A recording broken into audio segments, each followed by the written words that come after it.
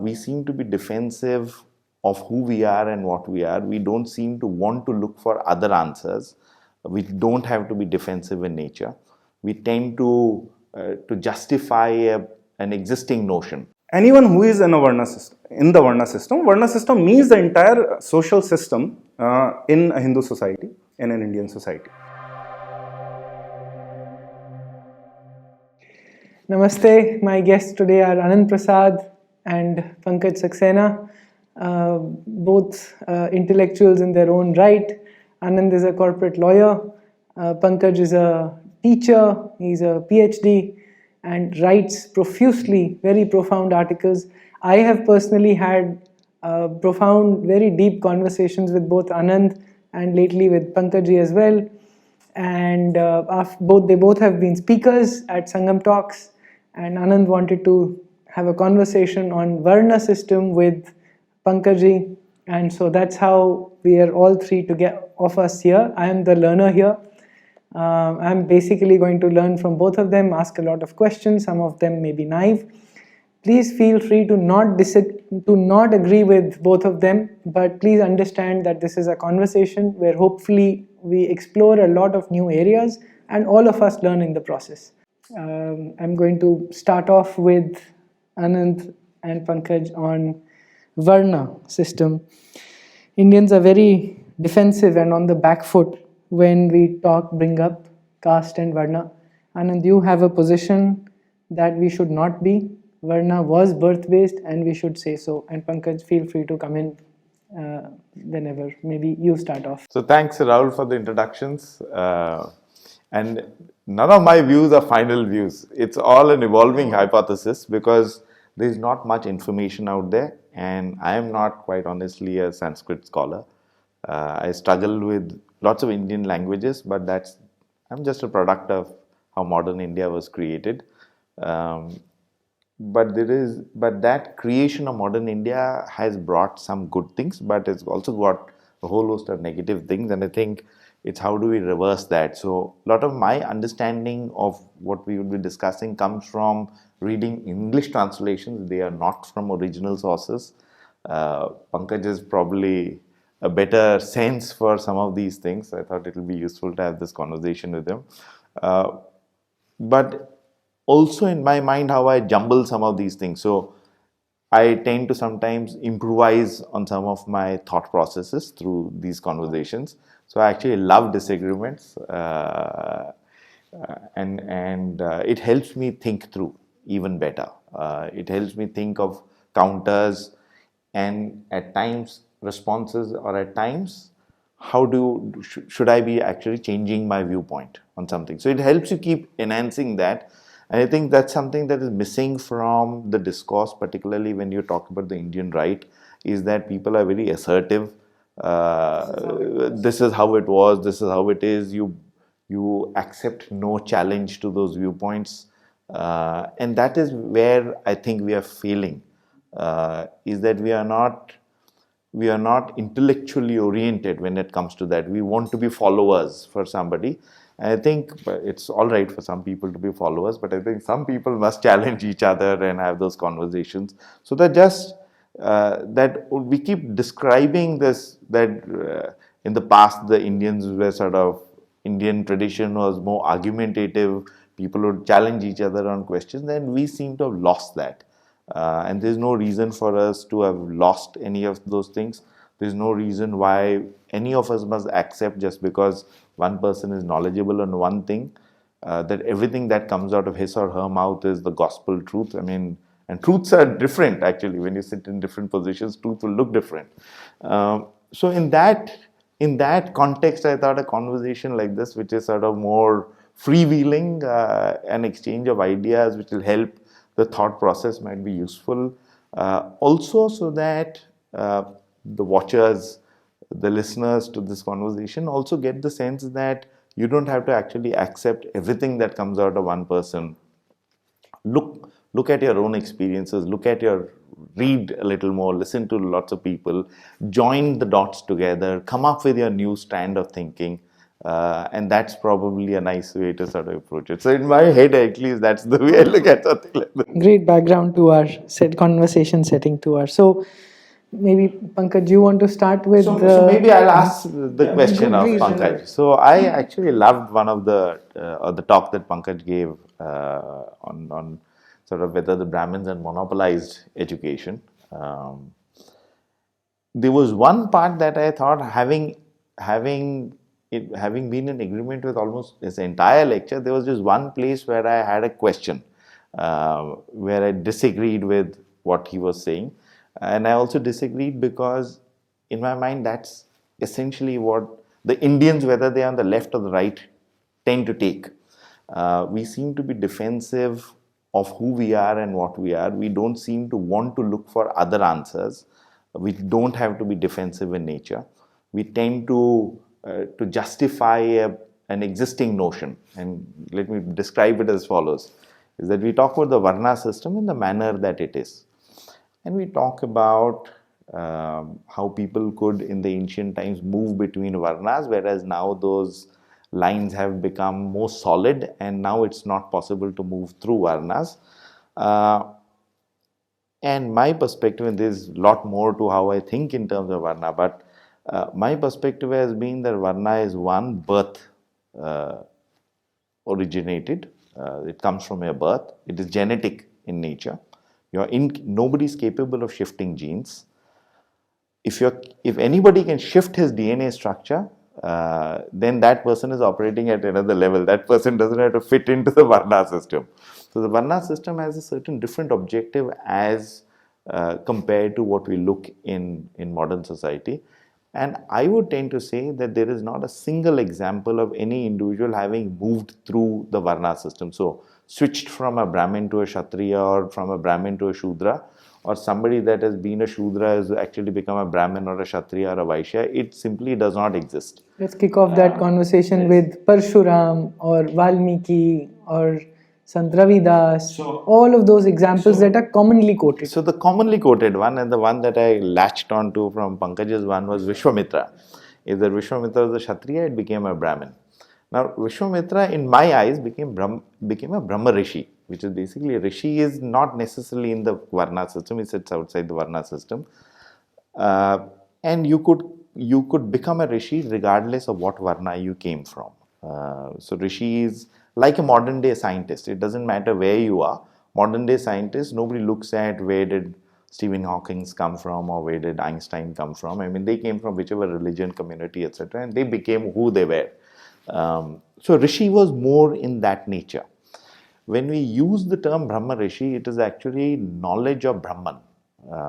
It is not Brahmin, which is a different term and it connotes something else. And at the time when he became Brahma Rishi, there was no longer a need for him to want to win against Vashishta, because Brahman experience gives you an understanding, and logically, if you look at it, then everything is the same, we are all the same, etc. So he never actually crossed the Varna line, because the Varna line was irrelevant at that point in time from his perspective and from Vashishta's perspective. So that example, which is commonly cited, is inaccurate because he does not change Varna. There are also lots of other examples that are cited, which is people that move from, say, a Shudra community. So people say, look at Valmiki became a Rishi, but Valmiki did not become a Brahmin. And there are many examples of Rishis from various other communities. So Janaka, who was hugely knowledgeable, never became a Brahmin. He was always Kshatriya. Ravana was a Brahmin, regardless of whether he was a warrior, he was a musician, or he did things that you would normally in modern day world attribute to something that should not be done by people. So the examples of people crossing Varna actually simply do not exist. And so therefore I wanted to bring that discussion to Pankaj to Sada. I would like to start with the notion of differentiating between a rishi and a sannyasi. Actually, the notion that you have about rishi, it is true about sannyasi, not rishi. Rishis are very much in the Varna system. Why? Anyone who is in the Varna system means the entire social system in a Hindu society, in an Indian society. If you are in a system, you have obligations, you have duties. entire Dharma Shastras are about duties and about what happens to those who do not perform those duties. So rishis have many duties. They have to run an ashram, they have to take up students, and they have to actually play a role in the society. On a sannyasi, nothing is obligatory. He may even abdicate even clothes. He may roam around naked in a society. A rishi never can. Rishi has to follow a very set procedure. And sannyasis are those who are out exempt from everything. They are not in the Varna system. But Vishwamitra and all of these rishis that we quote, Valmiki and all of these, they actually ran ashrams. They had students and they actually contributed to the society. Vishwamitra very much had students and he also contributed, which was the stipulated role of a Brahmin to advise the king. Because India was the only place in which the Kshatriyas were not left alone. They had always these Brahmins as advisors. So that's what my understanding is about it, that rishis are different, sannyasis are different. So the first thing is that. Second, so I do not disagree with that. Yeah. So I would just like to put one more clarity in our discussions. The word gene or genetic has been started to be used very in a generic manner. I don't think we should do that. I study evolution, and genes are very different. We shouldn't confuse Varna with genes. It is a ready-made method of discarding everything that we say about Varna. So because genes do not change so easily and in such short time spans as like 10,000 or 20,000 years. So that's an entirely different thing. So Varna is different. Now you say about Vishwamitra. So Vishwamitra, you say that it's impossible for individuals to cross Varna. To change Varna, they can leave the entire society. You are saying that they can leave the Varna system, but actually cannot become Kshatriya to Brahmin or Brahmin to Kshatriya. Correct. So what I mean is not that not leave, but actually you do not cross the Varna. So you do not become a Brahmin. A Brahmin does not become a Kshatriya. So Parshurama, for example, doesn't become a Kshatriya. So they retain their Varna. They might do various things. And just to add to that conversation, very often what is cited is, look at the Bhagavad Gita. It describes that these are the gunas. But it doesn't say that anybody who has these gunas becomes this Varna. It says this Varna will demonstrate these gunas. It's the other way around. So very often people say that, oh, I'm a knowledge-oriented person, or I'm a warrior person, so I may be a Brahmin, but by my deeds, I'm a Kshatriya. Now that is, nice, easy way to say it, but it doesn't make you a Kshatriya from a Brahmin. So gunas are a reflection of what you might expect out of somebody from a Varna. It is, you cannot look at the gunas and say, this is what the Varna is. Actually, I will talk about Vishwamitra. Before that, in Kundli, in horoscope, in Jyotish, actually everyone is assigned a Varna. So if you look at your Kundli, and it doesn't necessarily correspond with the Varna that you are born in. And almost always in 80% of the cases it doesn't match. In my case, it does. Kaisar Varna Bahar out of the Varna system. So, but with my ability, it matches because it says Kshatriya. So even while I write, I fight. So, so it says well about me. About Vishwamitra, let me tell you how I talk about individuals, how I talk about Hindu myths, Hindu scriptures. I do not talk about them as individuals. I do not talk about them as historical persons. This does not mean that they did not exist. This does not mean that India had no history. But a very clear intent of Hindu sages have always been to deflect your attention from first chronology, second provenance. The Western scholar is still, while studying any system, Western or Bharati, Indian, Hindu, they are always taken up by when did this idea originate, where did it originate, whom did it influence, and how are they both connected to each other. Hindu sages, on the other hand, talk about yogic chitta bhumis. Like I study art, so I'll take up an example. People always, Western scholars and even many modern Hindu scholars, and I'm not, Rahulji, I'm not just talking about the leftist, I'm also talking about those who go by the name of tags of conservatives and rightists. And they are always taken up by, okay, so did Buddhism influence Hinduism? Or did Buddhist iconography influence Hindu iconography? And all of these scholars, most of the times, they are taken up by this. But Hindu sages, Hindu scriptures talk about yogic chitta-bhumis. For us, it is not necessary that if two things are similar, if two ideas are similar, then one has to necessarily physically influence another. They both can co-arise because their origin lies in supreme consciousness, which is touched upon in states of meditation when a yogi goes into those states, and they can independently arise without any physical contact with each other. So we do not have to decide whether Greece influenced India or India influenced Greece. There might be various things, various small strands that we took from Greece or Greece took from India. We were pagan dharmic civilizations in varying degrees, and so we did not shy away from accepting something if it suited us. But that does not mean that one thing necessarily influenced other. So when we talk about individuals, we immediately start thinking about them as individuals in a historical time span, in chronology. When I speak about Vishwamitra, I do not speak about individuals. I speak about how our sages, how our scriptures, how Hindu civilization was beautiful in the sense that, this I also talk about when I write about Hindu temple, that we have a largest set of instructions about ethics and morality. No other civilization has expanded upon ethical moral code as we have in Dharma Shastras. And at the same time, your sages will also give you ways in which they will tell you how all of this at ultimate level is unimportant. That ultimately this is not the goal, this is not the end. These rules, if you follow them, it will take you to some place. Like in Dhyan, you are given a Bij Mantra. You are told to meditate upon that. Bij Mantra is actually invocation of a deity or an aspect of a deity. So you first start focusing on that because you want to forget the samsara.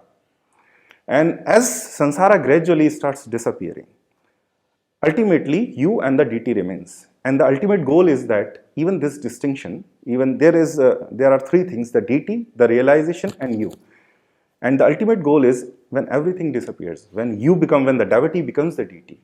And even there is no distinction between the two. So Hindu sages, Hindu scriptures, all Hindu arts, all Indian arts have ways of giving rules and at the same time transcending them. So the story of Vishwamitra is to tell you that if you find so trapped within, like people are very fond of saying these days that I am a woman trapped in the body of man, or man trapped in the body of woman, or in the 63 different genders that are now, they keep increasing the list every year. So if you really feel trapped, then what is the way of transcending that trap? Physically, you don't have to change things. You have to go on an inward journey. You have to change yourself.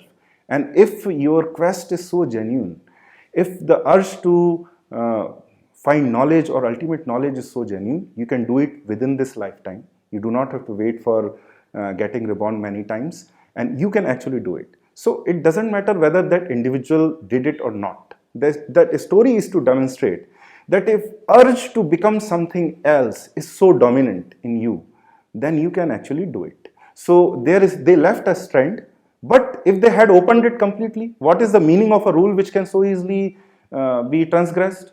What is the meaning of Varna system when you can walk in and out of 2 rooms? Like people these days have started talking about Varna system as if they were 4 rooms and people just flexibly stood up and went into another room. That wouldn't make any sense. And that is also socially very acceptable. Why? Because 99.99% of people are actually comfortable in what they are born in. I'm not talking about financial conditions or so. It doesn't actually matter to them. What are we doing now? अब तो हमने सारा वर्ण system सब खत्म कर दिया, सब हो गया. This education system, this doesn't care about these distinctions. What is happening now? There are 4 or 5 professions. All of your kid. How can I imagine that 100 years ago there were hundreds of professions, and now everybody with their own free will becomes an engineer? That's an incredibly boring free will, that everyone becomes an engineer or a doctor. So, but they are comfortable with it. Why? Because they just want to earn a living, live on their life very, very simply and in a common manner. So that used to happen. A few individuals had problems. Most of them suffered very much, but that was a minuscule proportion of those who had problems. Some of them were so bright, not just intellectually bright. The fire of learning was so intense within them that they could actually transcend all the boundaries that society imposed on them, and then they transcended. So when I talk about Vishwamitra, I do not talk about history. I talk about how society progresses, and this is how Sanatan Dharma has once again and again, our sages try to tell us, do not get stuck into history. And history is important. I'm not saying that it's not important to write history, but they again and again tell you, do not get stuck into this. This is not the ultimate thing. That's why do you think the sages who wrote the Puranas were the idiots? Who kya time scales hain? They talk about lakhs and lakhs of years and lakhs of years, and either you completely reject them or you completely accept them in modern age and be ridiculous, or you completely reject them और ये say पुराण तो एक कहानी है, like our समाज says कि पुराण तो later on distortion है और इसलिए हमको इसको reject करना चाहिए. Actually our sages are trying to tell us an entirely different things. They do not talk about what happened, they talk about what happens. They give you formulas. They are not interested in what particular king in what particular time or place did what.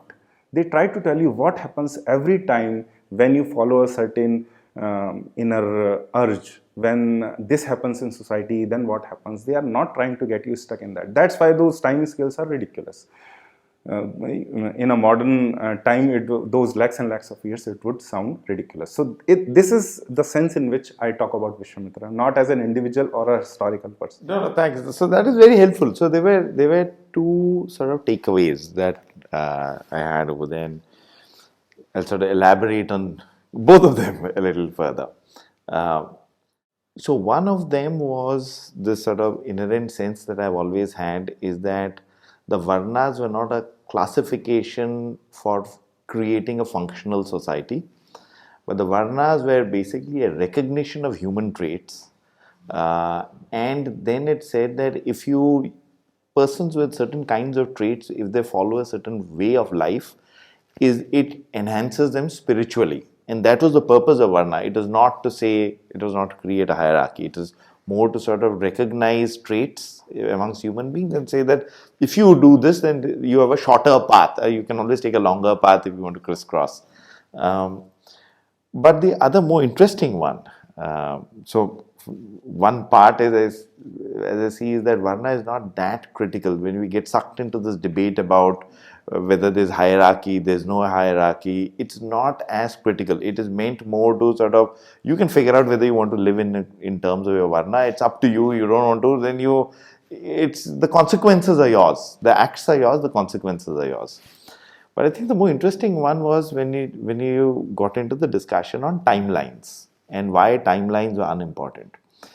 Because it is also a notion of modern day theoretical physics that when the Big Bang happened, that time itself was created.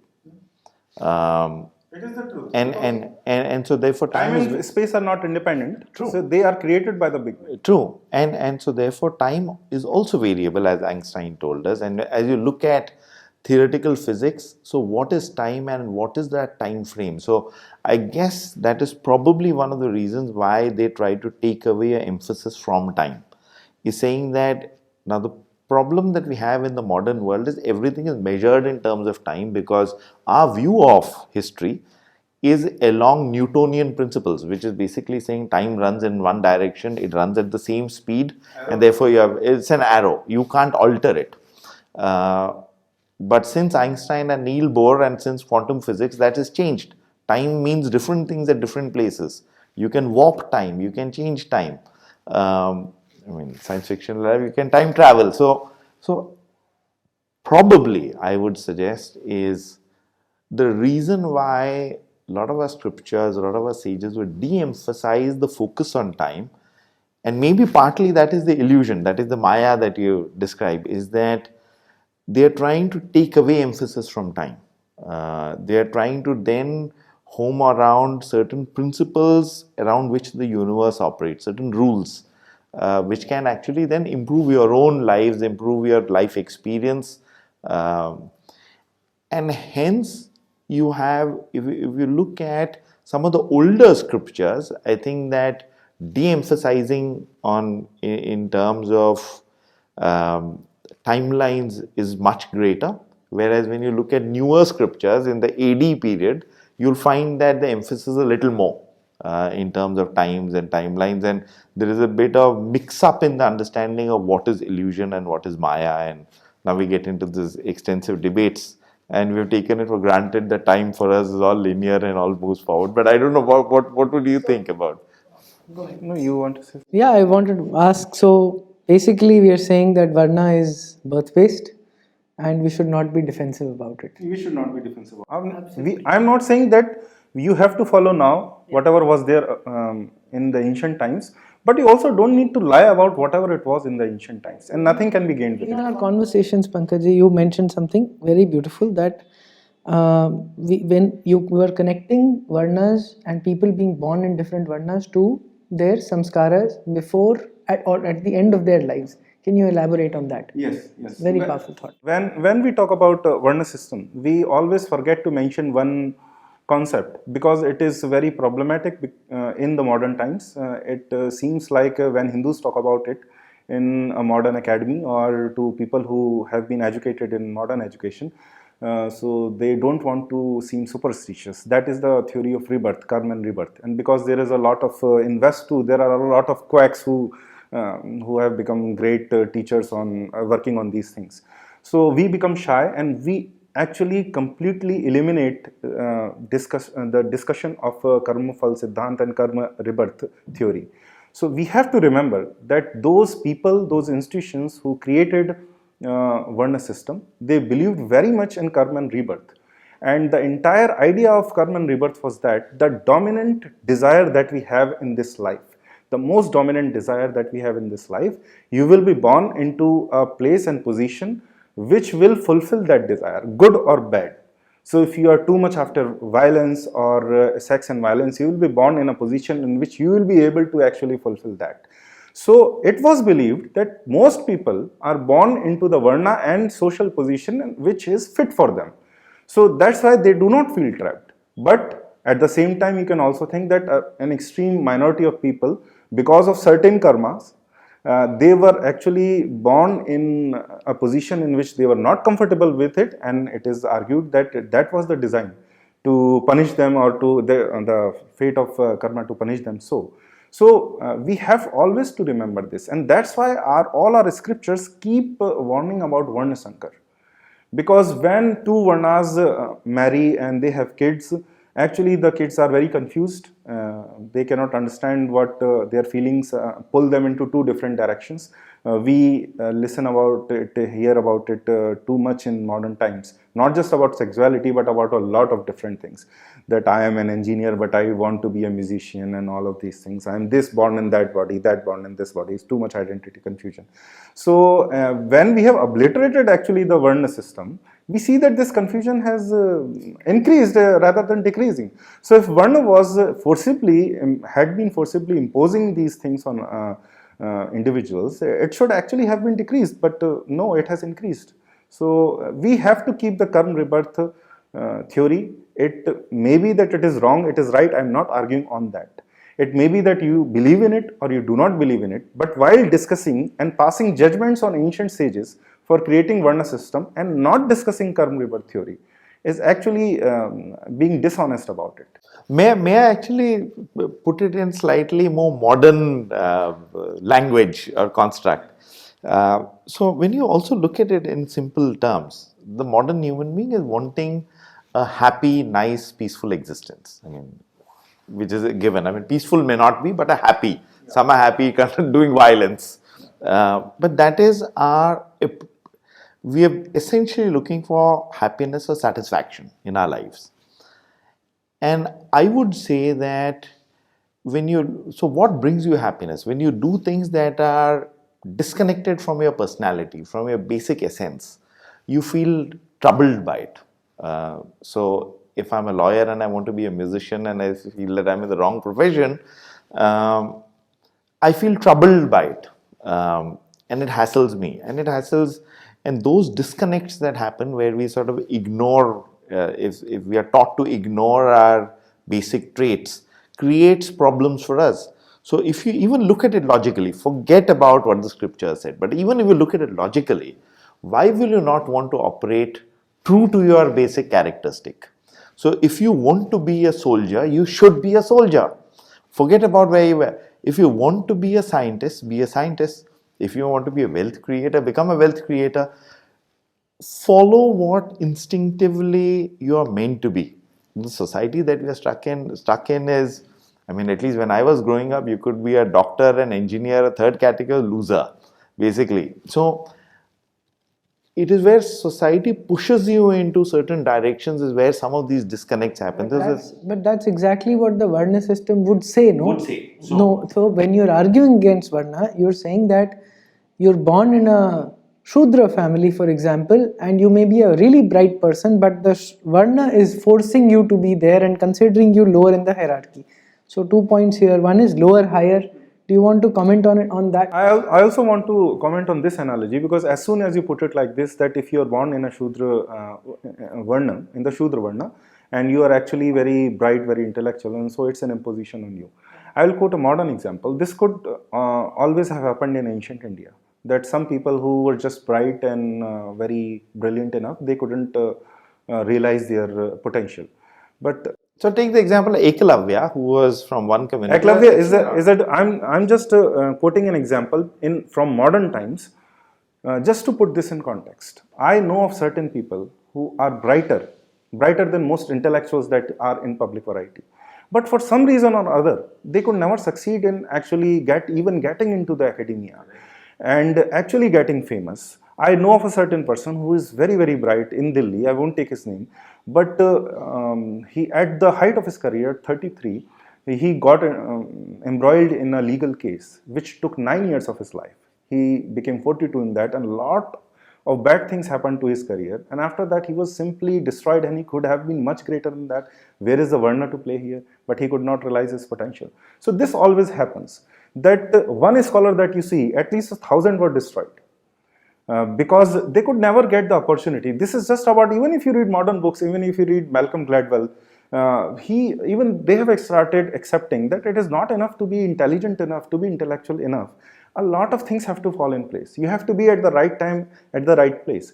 So it actually depends on a lot of conditions which are not in your control.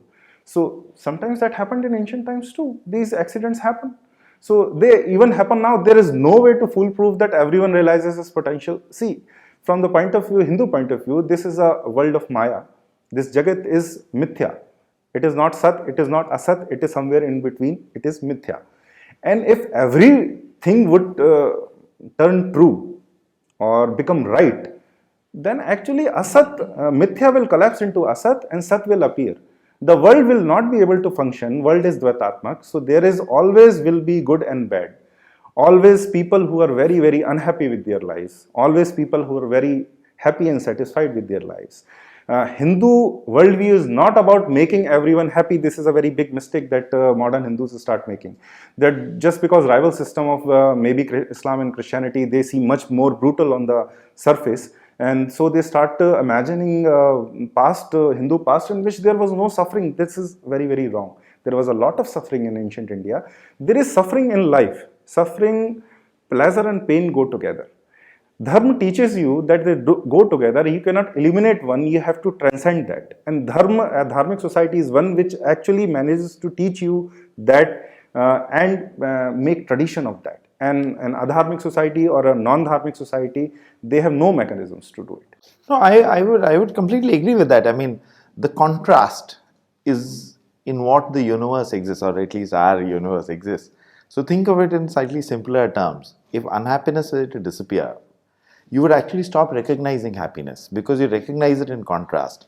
Easier way, if night were to disappear and you had only daylight, you will actually not recognize daylight as, so it will become so inherent. So you need the contrast.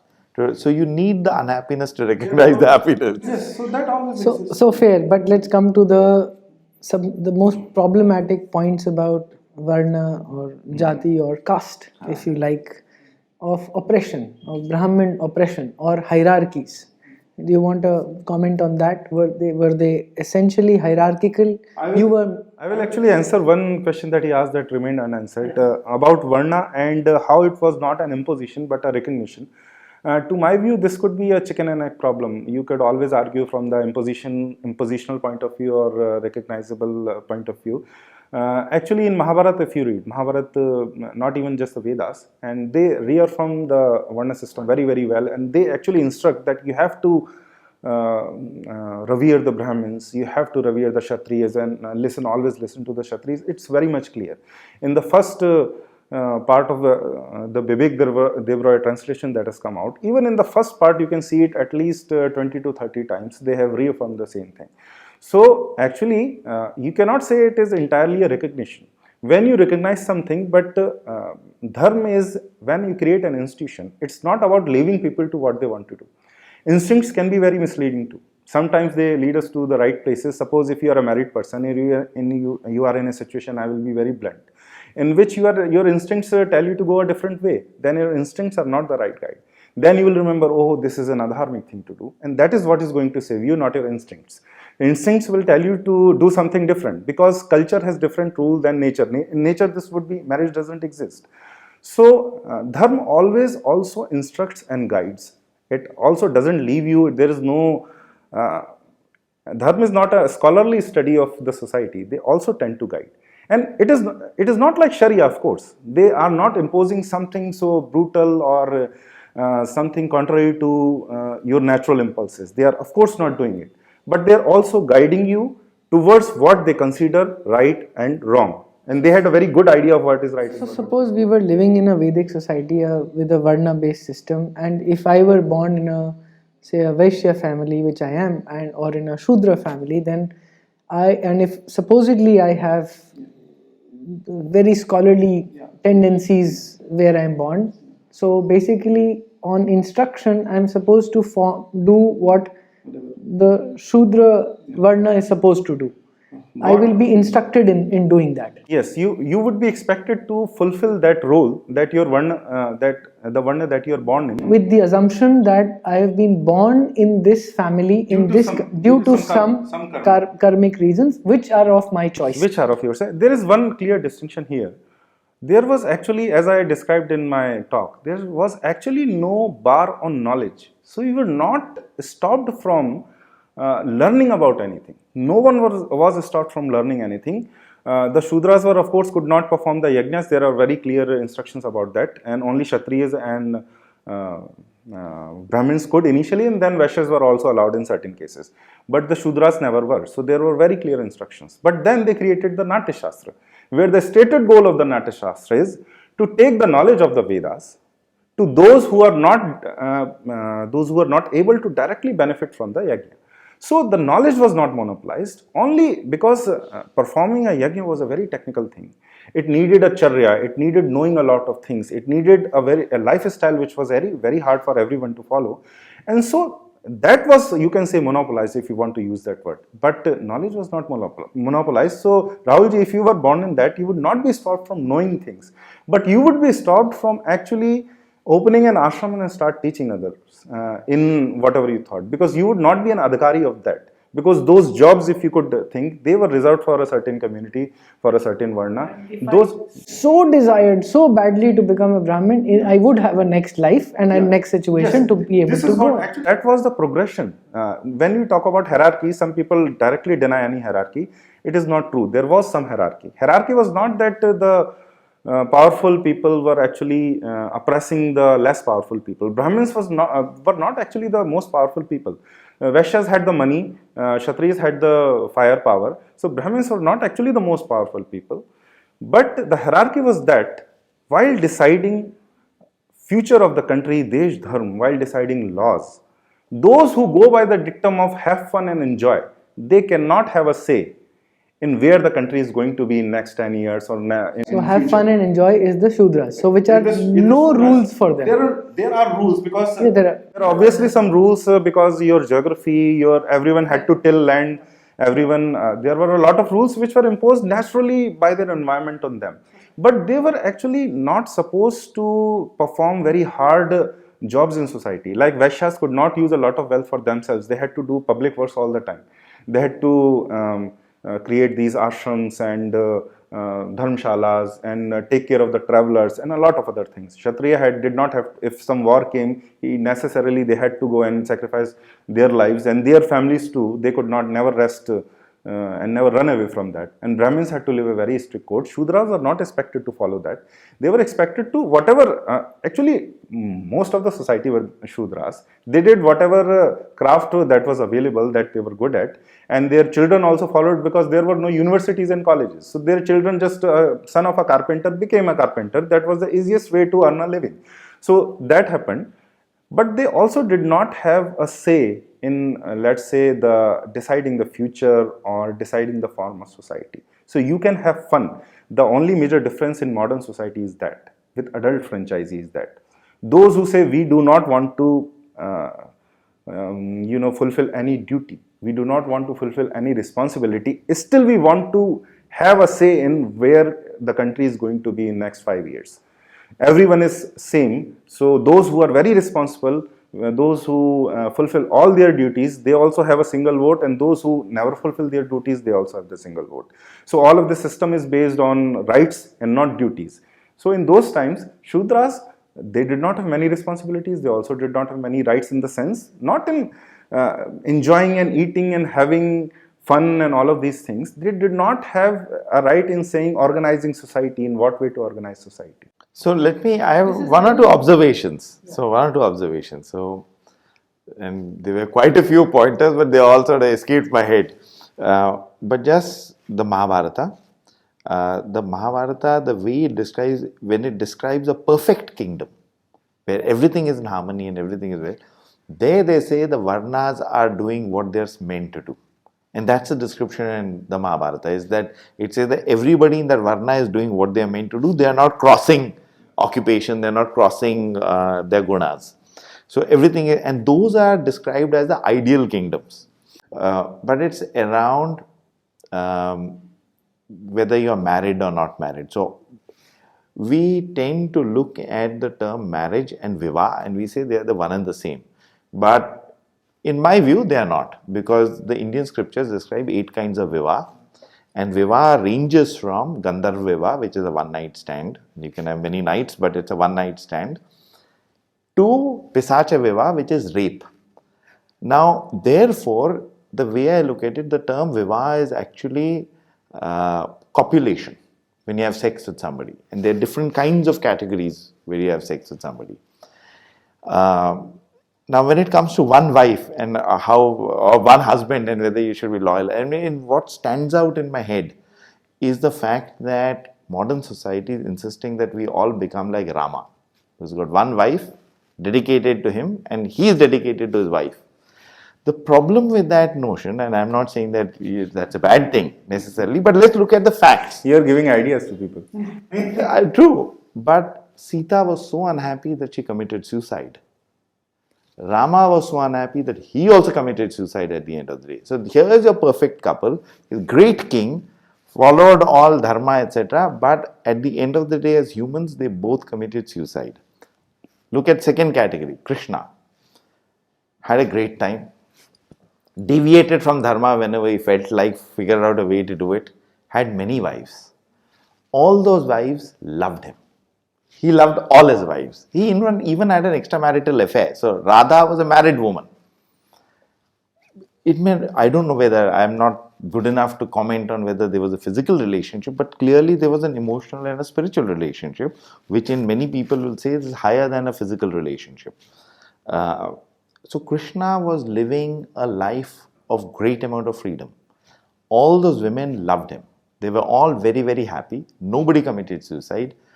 Poor fellow, he died of an accident. Somebody mistakenly shot him. So here are 2 contrasting examples.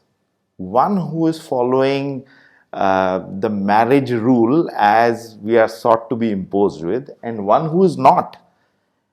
And look at the end result of those 2. Now you look at a character like Shiva. I mean, our mythology is so replete with examples of this nature. I mean, Shiva is hanging around naked. Suddenly the Saptarishis, 7 wives, get very attracted to him and they want to have sex with him. So there are all these sorts of stories also which are there as part of our mythology. We are not as sex obsessed as the Victorians have been in our tradition. We now have come to believe that that is our tradition, but that is not. The form of marriage that we now call marriage is one of the forms of 8 marriages, is where you have a proper, you take consent from the girl's father, etc. But there are various others where you run away, Krishna ran away, Arjuna ran away, somebody's sister, somebody's daughter. So there are various kinds. There's an Asura Vivah, there's a Rakshasa Vivah, there are many different kinds of Vivahs. So this, what we call Vivah or marriage, and we tend to give a certain sanctity to it, was limited in the sort of, it was one of the natures, but not all forms.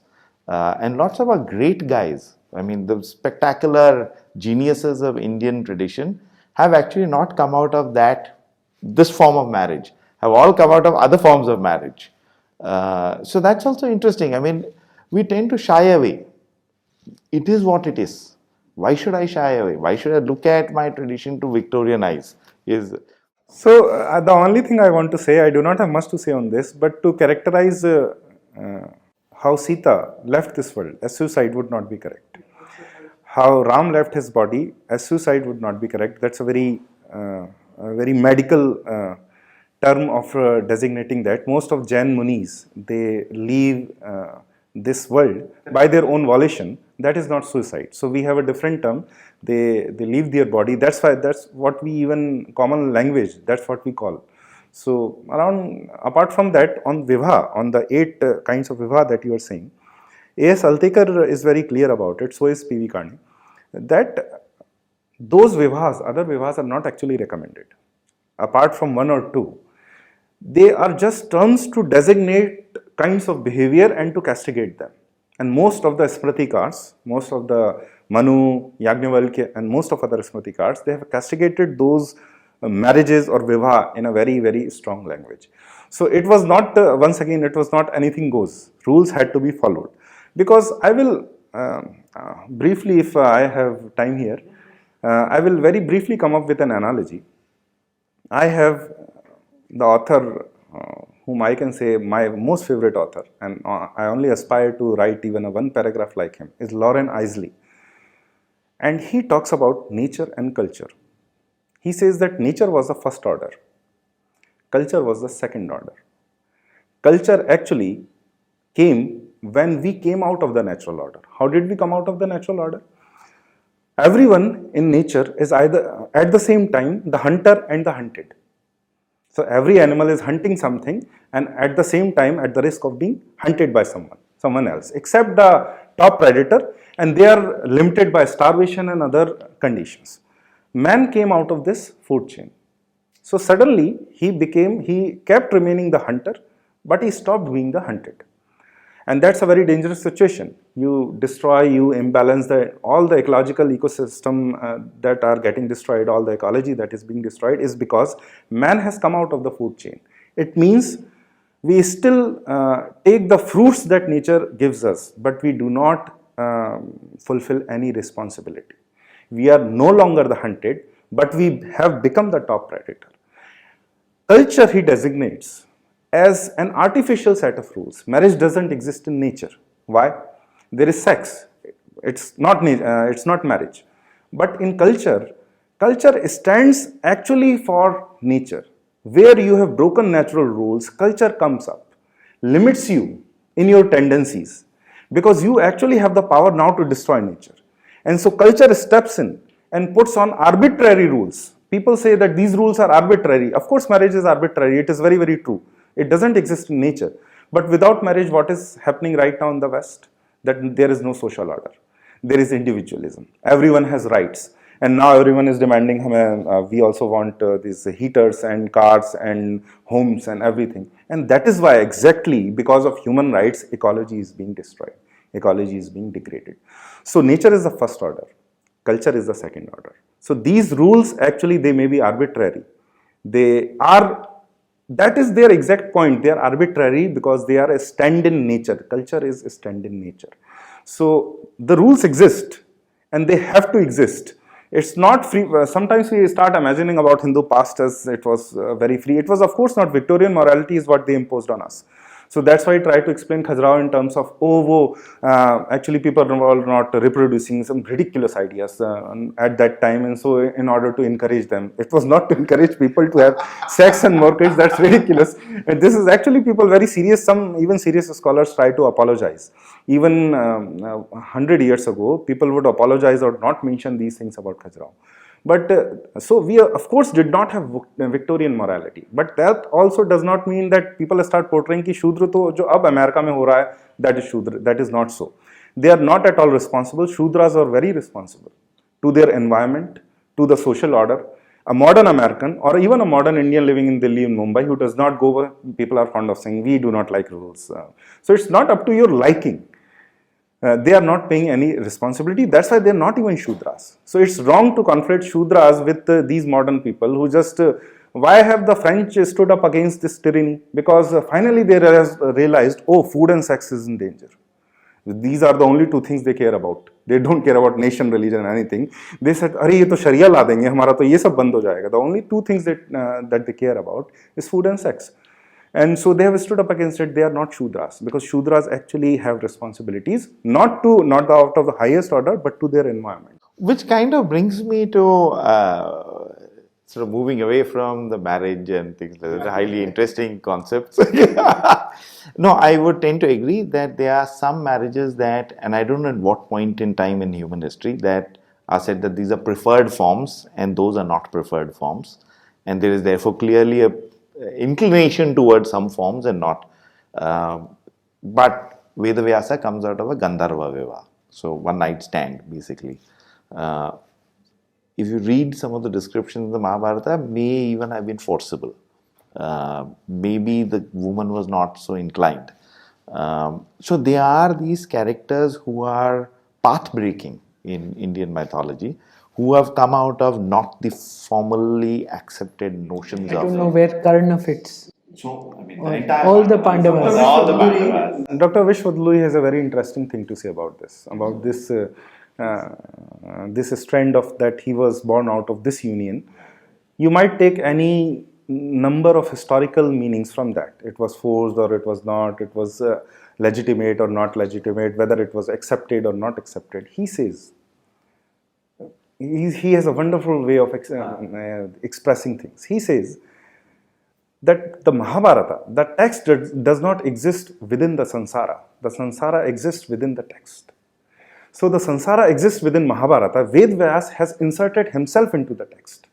So even he, the writer also does not, the author does not exist outside the Mahabharata. So this is actually a spiritual, poetical, you can call it any way, a means of inserting himself into it. It's a self-referential way. He refers to himself. Ved Vyas is himself in the story. So he has woven himself into it. So nothing actually exists. And he gives various examples much more beautifully. I am not able to reproduce.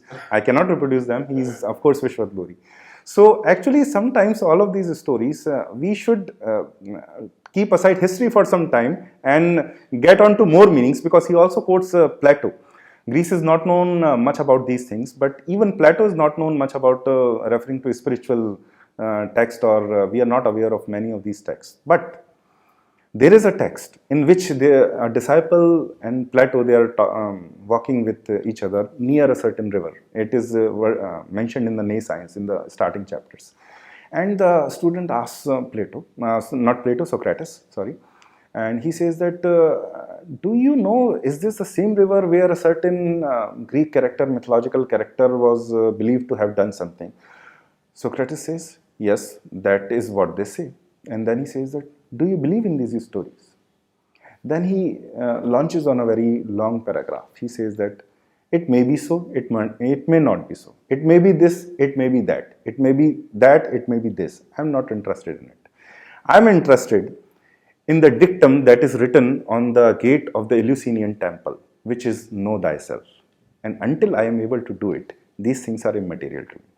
So all Hindu texts are about that. There will be historical details in it, of course, but our point is not to get stuck in it. So whenever something comes up, whenever an opponent tells us that there is no history, you can say there are a lot of historical details, but actually mythology, this is what Adluri ji says, that when say that you have mythology, not history, you should say thank God. that we don't have history, we have mythology. Mythology is actually a higher discipline. History, after a certain point, it seems repetitive, boring. I started out by reading history, and then these are same stories, same things. But mythology is endlessly interesting. True, true. So coming to the thing that you had mentioned about Varna, and if I Yeah, come but from I want to, Shudra, yes, I want to sort of come back to the hierarchy and the rigidity. You had mentioned a point about how hard it was for Brahmins. You had also mentioned this in your talk. Do you want to go there and then maybe weave your thought around that? So maybe so again, I can't claim that there is clear scriptural direction to what I'm about to say, but I think it is reflected in various parts. Now, those aspects of those scriptures, you can view them standing in different positions and take different sort of outcomes out of them. But here's my thought: is that the Varna system is not created. It is more a recognition. Right? You recognize water as water and ice as ice.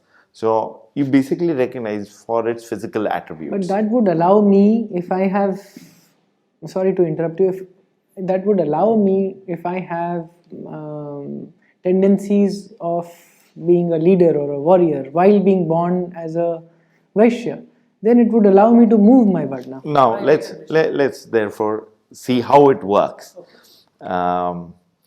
Is that these attributes are recognized, and my sense of how the Varna system worked was because you have to realize that, including the Mahabharata that we were just discussing, they talk about a perfect period where the Varnas and the rules of the Varna are being followed, which means that there, for a large part of humanity, Varna was, people crossed those lines. That's why you actually talk about under X king this was perfect, under Y king this was perfect. So, but between X and Y there were so many other kings where it was imperfect.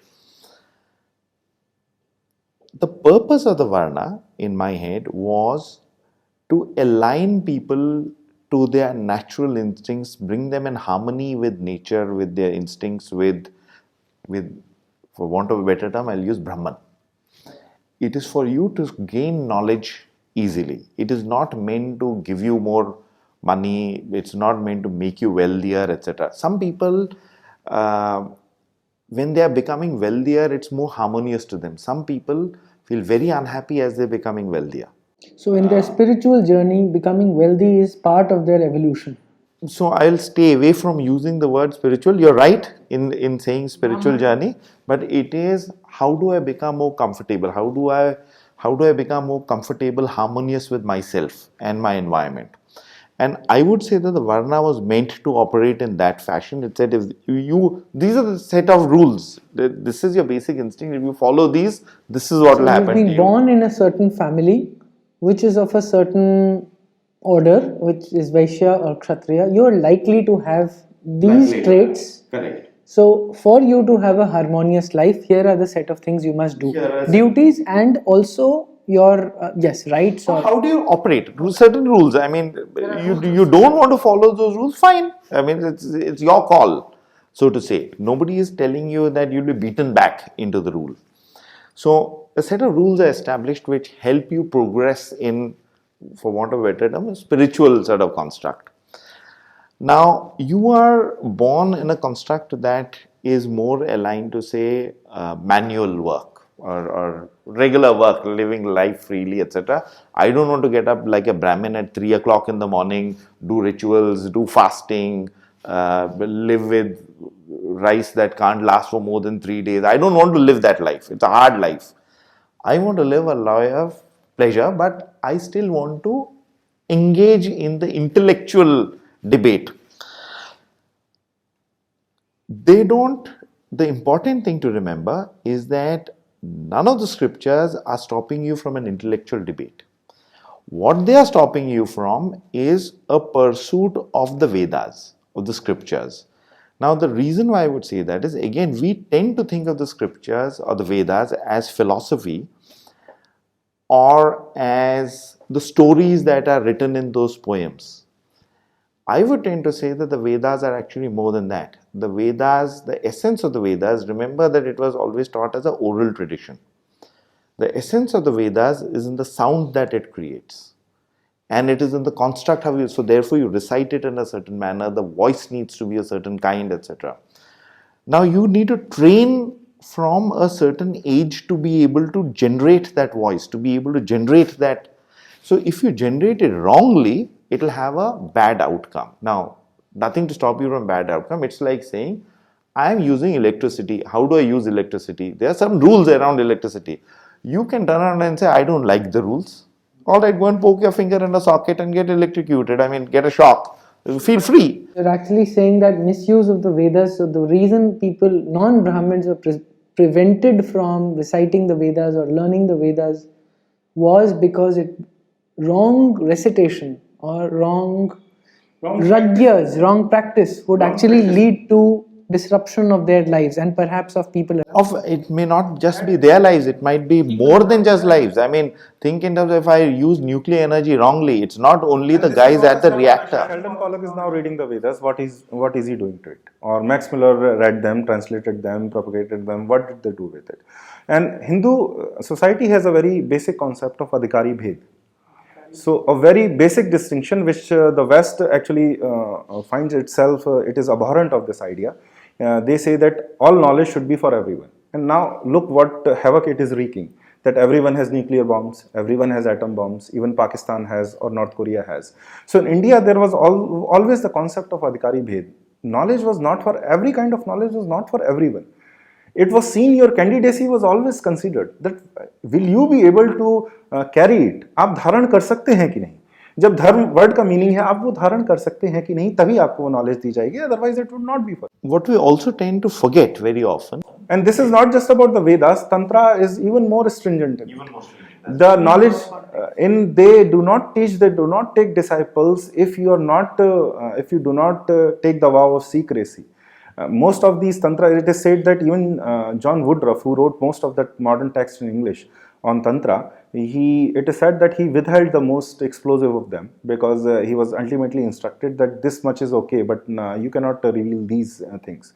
The Play of Consciousness by Swami Muktanand, it describes what happens when one is initiated in Shaktipat, in that particular branch of Guru Shishya Parampara.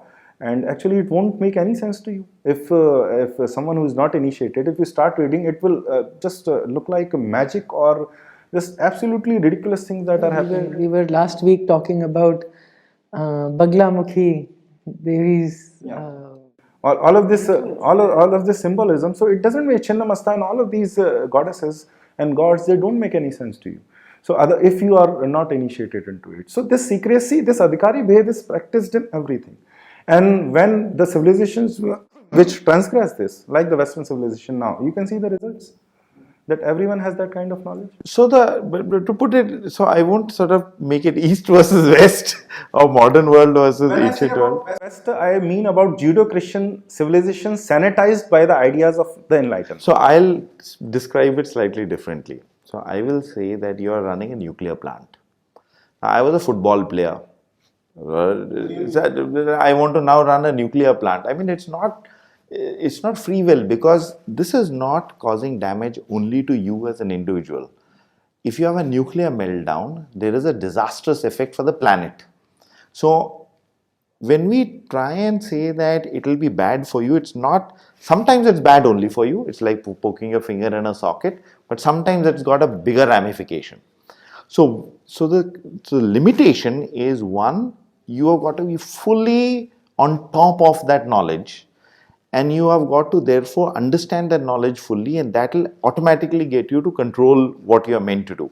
It is not a rule in the sense that it's not an imposition that you need to, but you know that the consequence of crossing that line is going to be severe, and therefore you hold yourself back.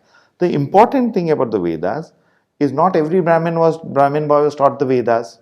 So they will do astrological chart, etc. Some boys will be picked for some things. Other boys who can't cut it at that level will become teachers, will look at some easier shastras. So you will have these distinctions between who can undergo the greater penance. It's like saying, I mean, I can't suddenly decide that I don't have the physical attributes, but I actually want to play the football league for Manchester United. It's not going to be possible. I mean, I need to be physically capable, I need to be genetically capable. There is to be a footballer, I need to be a certain kind of a person to be a footballer. You can't just make anybody a footballer. That is how you should look at some of these things. When they say that I will make so and so a priest, or I'll so and so will be a Kshatriya, it is how you look at the nature, the physical attribute, the mental, the psychological attributes that will go to operate in that manner. Now, when you talk about the Shudras, it's basically free. You're not, that level of scrutiny you're not put under. But somehow, if you do have that attribute, now what has happened is because your voice training is not there, so you've missed out, because the Vedas are voice, are sound. That's why they will tell you that for the last 5,000-6,000 years, the sound of the Vedas have not changed. It's because it follows that pattern. There is a sound element to it, and you can look at number of videos on YouTube which will talk about. Just this morning, today during a Q&A session, actually said exactly this, that this whole thing of chanting, say even something as simple as a Gayatri mantra in a tune is ridiculous and should not be done. True. There are lots of videos, the effect of sound on matter. You change the sound and matter will change. So it has that effect. It goes down to something that we have discussed in the past, is dual nature of matter. Matter is both particle and wave, and therefore what you can do with wave to change the nature of matter. So here you are talking about sciences that are operating in the quantum area, and therefore there is limitation around how you can do it. Now, as a Shudra or as a common man, Shudra I would say is common man. It's not low man. Common man is entitled to use the iPhone the way he would want to. A common man says, I want to be the head of technology at Apple Corporation, you'll get kicked out. But nothing stops you from using it. I mean, it is meant for you. So there are some other guys that are creating it meant for you. Enjoy your life, enjoy phones. Use the power of the Vedas to achieve something which is beneficial to you in your life, a better crop or something and all of that. So you are going also in the place that the Vedas are not simply whatever, or they're actually not texts of knowledge which anybody can pursue. It comes with sound, rigor of practice, and are actually able to derive some sort of power from nature. So it's not literary knowledge. It's not literary knowledge. It's not read knowledge like that. It's like electricity. I mean, just imagine you wrap and coil around a magnet and shake it, and you basically get electricity on the other side. Now, this is your tapping into forces of nature. Now, how do you do that tapping into forces of nature? The electricity is not the only force in nature. There are many forces in nature. It's a very different way of looking at Vedas itself, right? Yes. The West would look at it, or the modern society says it's a literary thing. Yeah. So it is not literary. It is beyond. That's why for long periods of history, there was a restriction, prohibition on actually writing down the Vedas. This is true for lots of old religions, including the Abrahamic, where they said that it must be oral. So the Quran initially was actually oral. So when you start, I would like to disagree with this. The reason is very different. There it is primarily the fear. It is the fear of saying the name of the Lord. He is absolutely terrifying. He is out of this world, and because the shop of the prophet would be shut if the devotees, if the faithful would have direct connection with God. And so every sort of fear is created about Yahweh, you cannot say Yahweh, only Jesus will connect you to Yahweh, only Muhammad will connect you to Allah. So this is like saying I come to you and I start saying there is a God called Balla, and you have to follow his rules. And he asks, what is the proof that I am saying it is, and what is the proof that you are his prophet? Because he says so, but you cannot meet him, you cannot see him. So they maintained all sorts of fear. So that cannot be equated. So I would say partly I agree with you, partly and Rahul will know that I sort of disagree with you. That's why another discussion. But just coming to just how, so therefore Rahul, who is from a Vaishya community, or Anand, my mother was Brahmin and my father was a non-Brahmin, so I basically would categorize as Chandala. Very important. We want to know then what is Chandala, because especially from a Shankaracharya context, he met a Chandala, then he fell on his feet when he decided. Are they outside the Varna system? No, like Pankaj was saying, it is you actually mix up the gunas. They are not outside the Varna system, but actually there are people who are outside the Varna system. I am the jati which I come from. It is outside the Varna system. We are not Brahmins, we are not Kshatriyas, we are not Vaishyas, and generally people, because this must have happened in medieval times. Because earlier, if it had happened earlier, then we would have been accommodated somewhere in the Shudras perhaps, but they were not. So this shows that this happened during the Middle Ages. But the beauty of this, what the point I am making about this is, even those who were excluded from the Varna system, even they found a society, they found a place in Hindu society. So you cannot, Varna system is a big part of Hindu society. It is not exactly, not completely the Hindu society. Kayasthas do not come in any Varnas, and still they exist, still they played a very important role in society. So the Hindu society creates rules, and they also stringently follow them. But those who are not able to follow them, they are somehow accommodated. The concept of the Utsav Murti, that I elaborated in the talk 2, I guess I remember it like this. The concept of the Utsav Murti in a temple is that for one day a year or one day every month, or there are various traditions with various temples, the Utsav Murti comes out and they do a Rath Yatra procession of whole town or one place to another. There are various stories in which entire town takes place. So even those people who are not allowed inside the temple the rest of the year, somehow once or twice or 10 times or 12 times a year, even they are accommodated within the system. There is no other system which at the same time exhorts you to improve yourself, to become a better version of yourself, and at the same time gives you an abhay that if you cannot become better, even then you are incorporated within the system. Not having the rights that others have, those who are better versions, but you will be incorporated within the society. The same is true about the LGBT community. The debate which is going on now, some activists, they contact me and they say that yes, we are very different from Islamic or Christian communities. It's an entire debate, but I'll just end with that. We are very different from those communities. We never persecuted them, but we also never made it, a dominant value system of society. So they were incorporated within the society. They were allowed to have everything. They were allowed to live together. They were allowed to live freely. But the system of marriage, first of all, was not for them. There is no provision of marriage for them. And they were not, the defining value system. Like these are gay pride parades. Why should you be proud or be shameful about it? There was no shame attached to it. There was no pride attached to it. They just existed in the society. They were incorporated somewhere. But that was not the dominant value system. So at the same time, we go overboard while some claim that we were cruel. Some enthusiastic Hindus start claiming that no, we were very good. So we should be careful about these. I just finish what I was saying is that my father comes from a community called the Thiyas. The Thiyas are outside the Vedic system. And there are many communities that are outside the Vedic systems. Lots of those communities have temples of their own and have priests of their own who are not Brahminical. So around India, you'll find lots of temples. In Gujarat, where I'm currently living, 90% of the temples do not have Brahmin priests. And this I did not even know. At first, when I went there and said that you have to perform Havan, he denied that I am the priest but not Brahmin. So 90% of the temples, priest of the temple, but will not do a Vedic. They will not do home and Havan and all of these. So now, it's not just not authorized because you're not authorized and you're fearful of somebody. It's because you know that you're now delving in matters that you will not be able to control. So you basically stay away from it.